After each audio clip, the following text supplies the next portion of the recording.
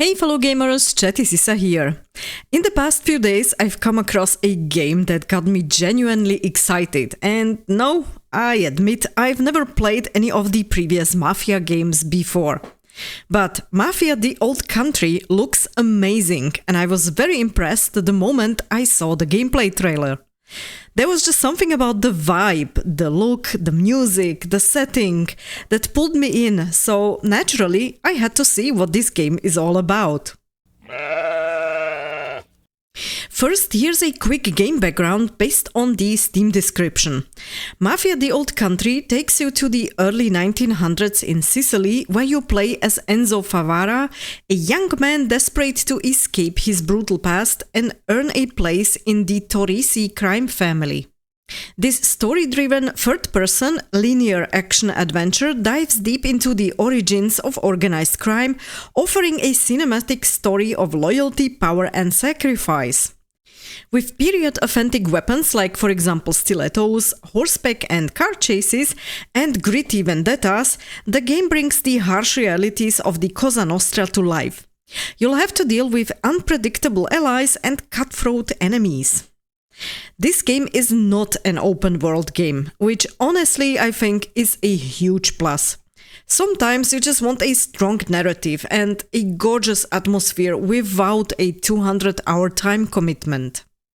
And here's what truly got my attention, which was the recently released gameplay trailer. And it was packed with action. Really packed. Here's some of my impressions from what we've seen and know so far. I got the feeling from some of the movements that we're going to get quite a few quick-time events, so timing might matter in certain moments. We've seen stealth, sneaking and knife duels, even throwing knives, and it looks like there are multiple types of knives with varying purposes. Of course, you've got guns too. Pistols, rifles and a full cover shooter mechanic where you hide, for example, behind furniture and fire from there.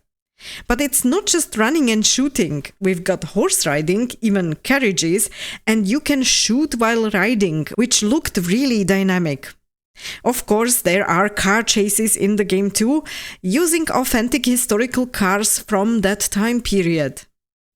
Visually, the game looks absolutely stunning. The whole countryside feels alive.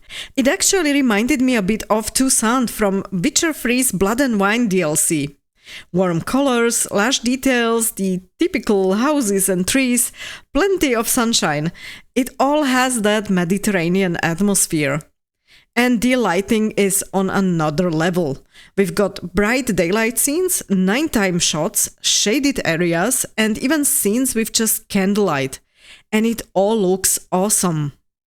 What really got me are the tiny details, like the historically accurate clock on the wall, the tool marks on a sawed-off rifle barrel, or the texture on the wine corks on the tables. Even the moths fluttering around lights at night. I mean, this is some next level detail. You can tell it's built in Unreal Engine and you can feel the devs went all in. The music is a perfect fit for the setting and atmosphere.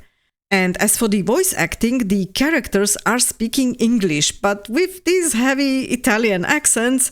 And honestly, I love it, because it gives me serious Godfather vibes. And it turns out the lead actor is actually from Bologna in Italy, although his real-life accent is not as heavy as what his game's character Enzo has. This is great for the game's authenticity, and also the devs have pointed this out. The character models look fantastic, and that's thanks to a lot of motion capture. You can see their real-life actor counterparts in the faces and the animations. The team even went to Sicily and spoke to local historians to make sure everything feels right.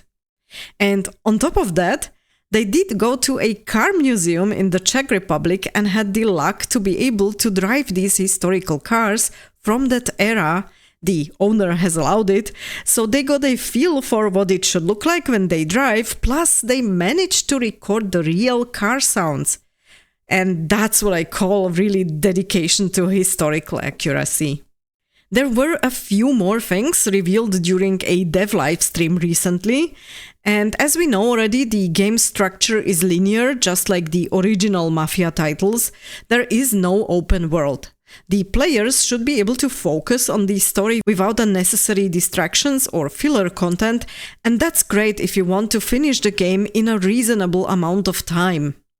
Some missions will involve kidnappings, which was apparently common in Sicily at the time. There are supposedly 4 returning characters from previous games, but since I haven't played them, I'll be meeting everyone for the first time. Although, as this is supposedly a prequel to the first games, they might be very young versions of the characters the players have met in the previous games.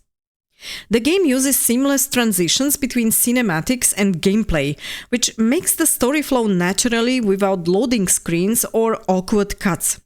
It's also the reason why an SSD is a system requirement. You can see the minimum and recommended requirements on the screen now.